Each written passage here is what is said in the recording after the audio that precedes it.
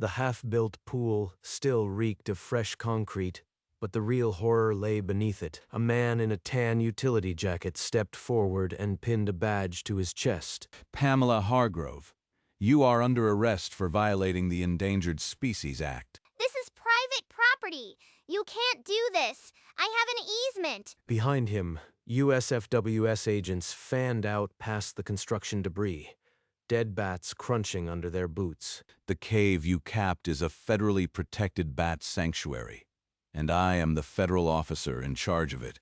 Pamela's face drained of color as the scope of her mistake sank in.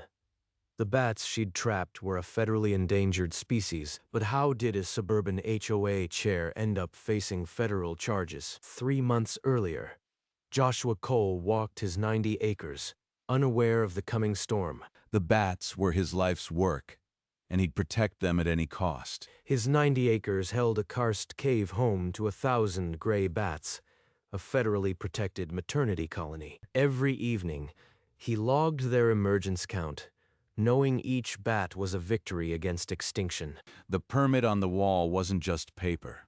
It was a promise to his grandfather. Then Pamela Hargrove pulled up in her white Range Rover, a hot pink sun hat shading her smirk. Joshua, darling, the HOA voted. Your sinkhole is the perfect spot for our community pool. That sinkhole is a critical habitat for endangered bats. It's protected by federal law. Bats? Goodness, no one cares about rodents. I have signatures from over 50 homeowners. Those signatures won't override the Endangered Species Act. The answer is no. We'll see about that. There's always a way around difficult people. Her Range Rover kicked up dust as she left, and Joshua felt the first chill of an impending fight. That night, Pamela sat at her desk and traced Joshua's signature onto a forged easement. The document claimed a right to build a pool, backdated and notarized with a fake seal. Gary, it's Pamela. I need your crew here tomorrow. The legal paperwork is in order. I'll handle any complaints. If you say so, but I want that signature verified before we pour. By sunrise, excavators clawed at the earth near the cave. A cement truck idling, Joshua loaded his truck for Nevada, a radio receiver packed beside his field jacket. A week away won't hurt. The bats are stable, and the count has been normal. Maya Chen paused, her bat detector crackling with distress calls from the property. Probably just construction noise interfering. I'll check the log later. The concrete cap settled over the cave, and water began filling the half-built pool. 2 nights later, Maya's bat detector shrieked with distress calls from the colony site. Those aren't construction noises. Something's wrong. These are the bats' distress frequencies. She abandoned her survey and crept past the new fence under moonlight, guided by a beam of her flashlight. At the pool's edge, the cave entrance was a solid slab of concrete, and tiny gray bodies littered the mud. The entire maternity colony. They sealed the roost. All of them. She captured every detail with her camera, then dialed the USFWS tip line with shaking fingers. In Nevada, Joshua was tagging bats when his phone rang with an urgent message from the regional office. This is Cole. A violation on my property. Dead bats? I am on my way. He dropped the tag, grabbed his keys, and sprinted to his truck. The desert blurring past, the 10-hour drive home began, and every mile deepened the dread in his gut. Joshua's truck rolled to a stop at the edge of his land, but the forest was gone. A pool. They actually built a pool over the cave. My colony. Pamela stood by the half-built pool, a clipboard in one hand, smugness in every line of her face. Joshua, sweetie, you are too late. We have a fully executed easement, signed right here by you.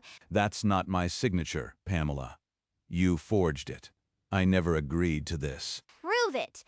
The HOA board has already approved the project. Good luck finding a lawyer who'll take your case. He photographed every inch, the concrete cap, the dead bats, the forged paper. Ruiz, it's Cole. I need a full enforcement team at my property. Endangered species violation, Class A. Understood. We'll be there by morning. Keep a low profile. Don't tip them off. Joshua pocketed his phone and looked at his land, now a federal crime scene. The next morning, 3 USFWS SUVs rolled down the fire road, lights off, engines quiet. Cole, your evidence is solid. The dead bats, the photos. Who's the perpetrator? Pamela Hargrove, HOA chair. She forged an easement, capped the cave. I've been keeping my badge hidden. Maya Chen arrived, clutching her camera, the memory of dead bats still raw on her face. I have recordings of their distress calls and time-stamped photos. Every single violation. Agent Ruiz spread a satellite map on the hood, circling the pool and the capped cave entrance. We move at 0900. Cole, you take point. You know the terrain. We'll secure the site and detain everyone. Finally, justice for my colony. Pamela has no idea what's coming. A mile away, Pamela's Range Rover pulled up to the site, Gary's crew already pouring the pool deck.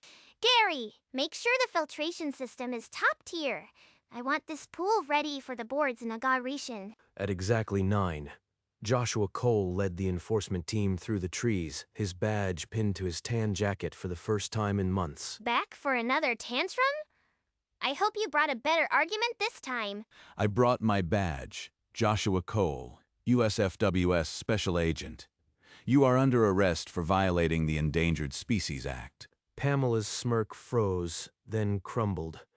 Her face went pale as she realized the man she'd dismissed was a federal officer. You can't be serious. This is a joke. I have rights. Agent Ruiz stepped forward, his expression unreadable, and snapped handcuffs onto her wrists. You have the right to remain silent.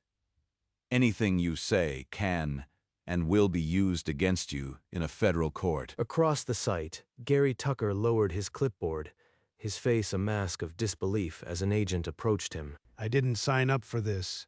She told me the paperwork was clean. The site fell silent except for the distant hum of the abandoned cement truck. In the hours that followed, USFWS evidence techs in white suits moved methodically across the site. Each tiny gray body was bagged and logged.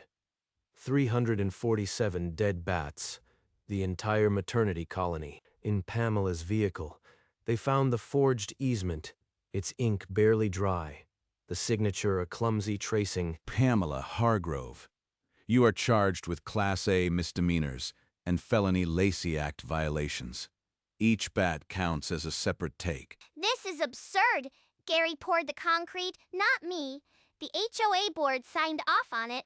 The complaint listed each violation: habitat destruction, unlawful take, transport of endangered species, fines up to $250,000 per count. We have your signature, the timeline, the contractor's testimony. The trail leads to you alone. I want my lawyer now.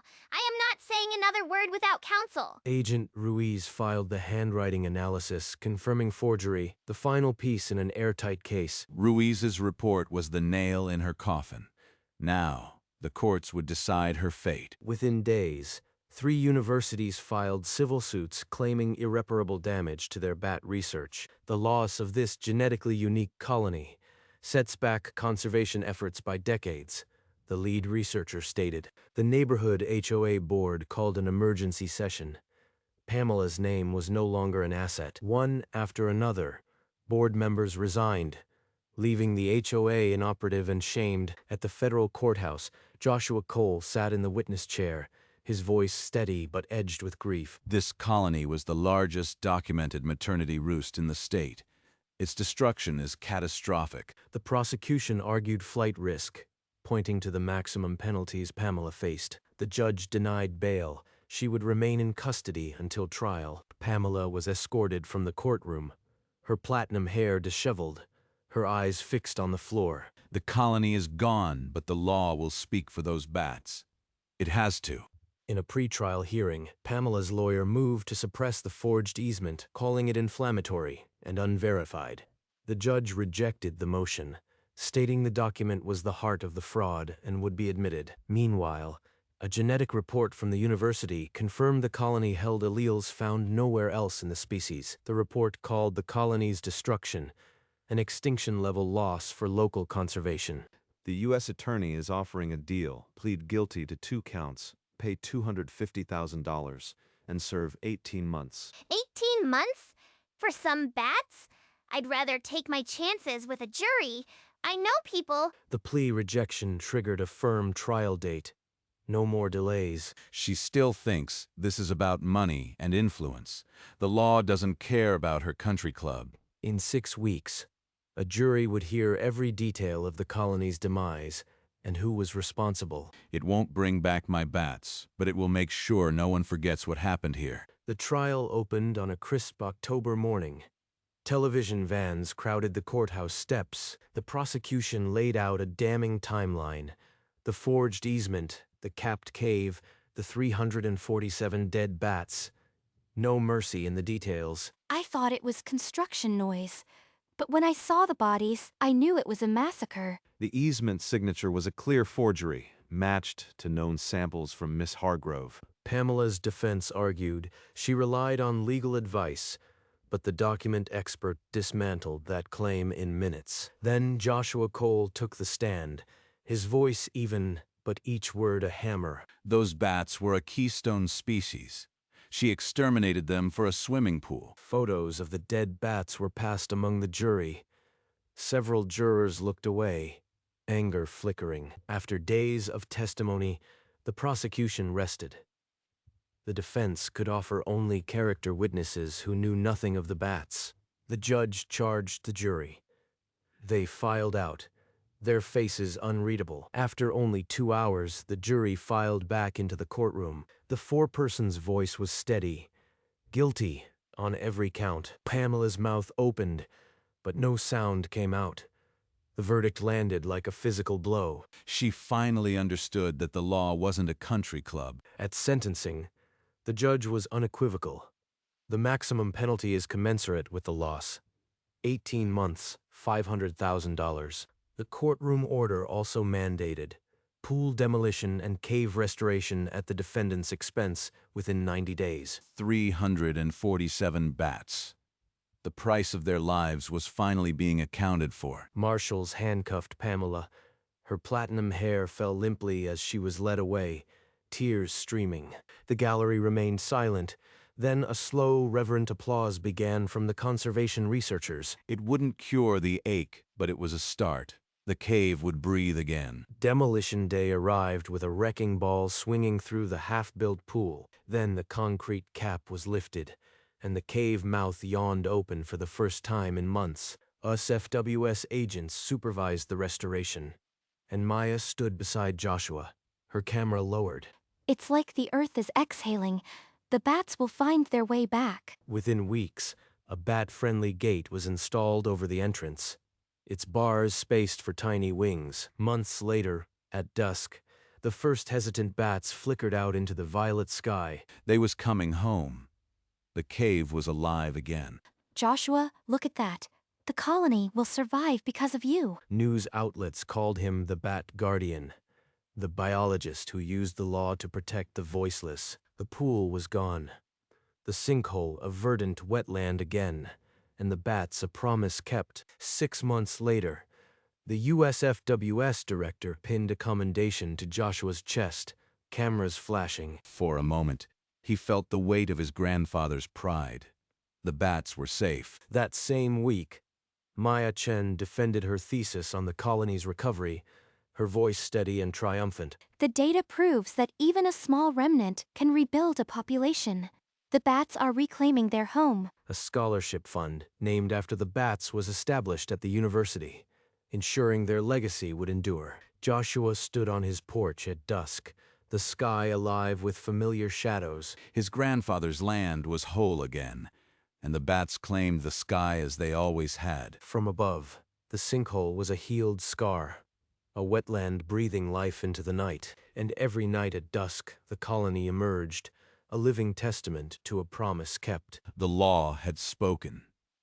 The land had healed, and his grandfather's words echoed softly in the night. In a federal prison laundry, Pamela Hargrove folded towels, her dyed roots gone gray, her former life a distant smear. 347 bats. That number followed her every morning, a curse she couldn't scrub off. No more HOA board, no more Range Rover, just a restitution debt that would swallow any inheritance 1,000 miles away.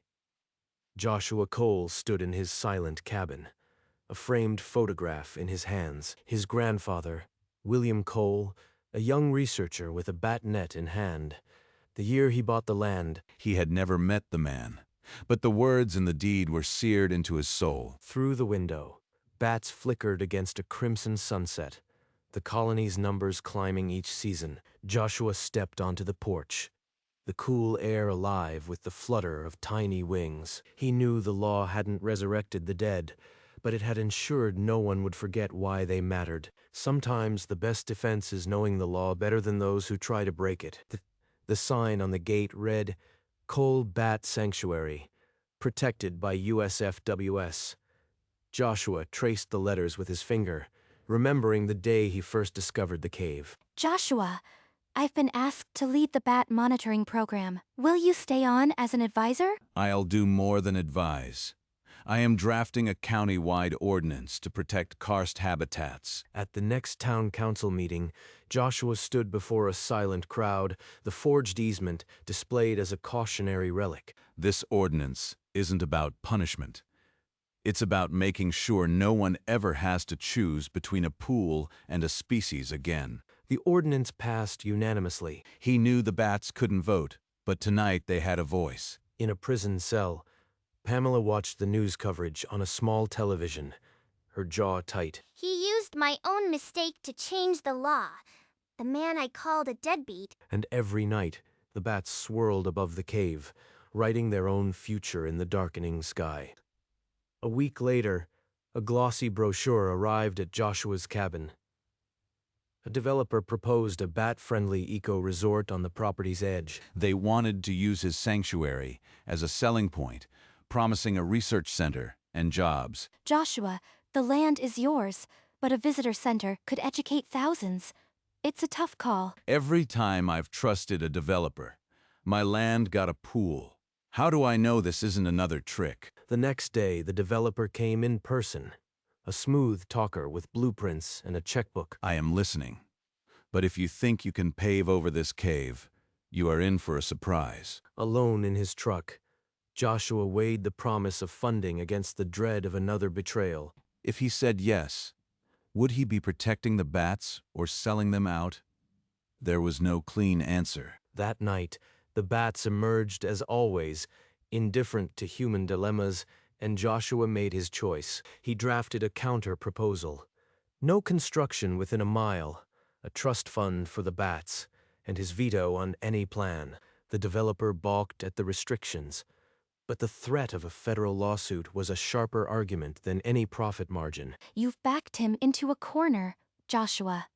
He'll either walk away or pay up. It's not about backing him into a corner.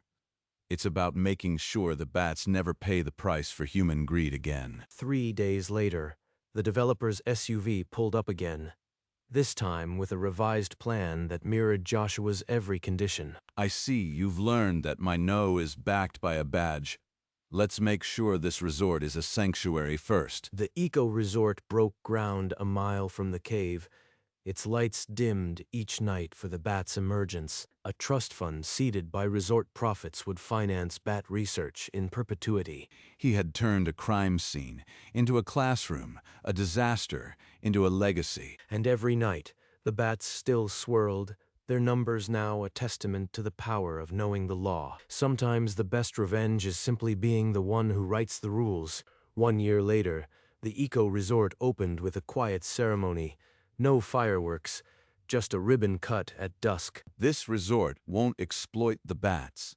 It will protect them. The law is written into every brick. As the crowd looked up, hundreds of bats streamed from the cave, silhouetted against a violet sky. The resort's trust fund launched a research lab, and Maya was named its first director. A summer intern held her first bat, eyes wide with wonder, the same awe Joshua had felt decades ago. She saw the newspaper photo of that resort opening and finally understood.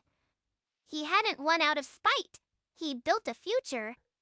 Joshua received the Conservationist of the Year plaque, but he hung it in the cabin's shadow, not the spotlight. His grandfather's photo now hung in the resort lobby, beside the deed that started it all. The bats now numbered over 3,000, their emergence a nightly celebration no one dared disrupt. In the end, the cave remained a sanctuary, and the law had become its wings.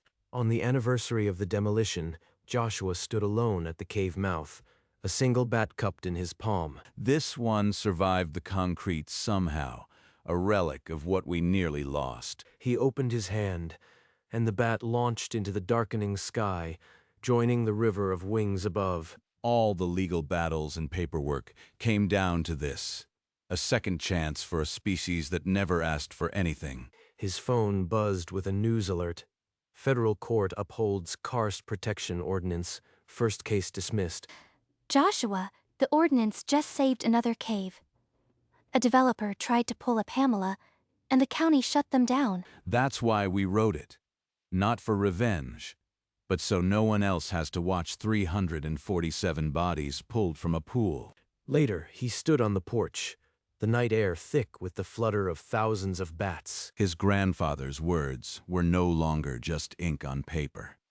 They were alive, written in the sky by a million tiny wings. The bat sanctuary was no longer just a place. It was a precedent, a shield carved from tragedy. Years later, a child visiting the resort asked her mother why the lights were so dim. For the bats, the mother whispered, so they can find their way home. The girl cupped her hands as if holding something fragile, mimicking a gesture she'd seen in a framed photo in the lobby. That photo showed a young researcher with a bat net, the man who had planted the first seed of protection a century ago. And now the seed was a forest, and every leaf was a wing. The sinkhole, once a grave, now shimmered with life. The ordinance had been replicated in 12 counties. Reporters sometimes came, but they found only a quiet decision I was afraid to sclare and let the findas not arrest is. His badge resting beside a field journal. The journal's last entry read simply, Colony, count 4,217. All flying, and every evening, without fail, the bats poured from the cave like a dark river reversing gravity. The sign at the gate still read, Coal Bat Sanctuary.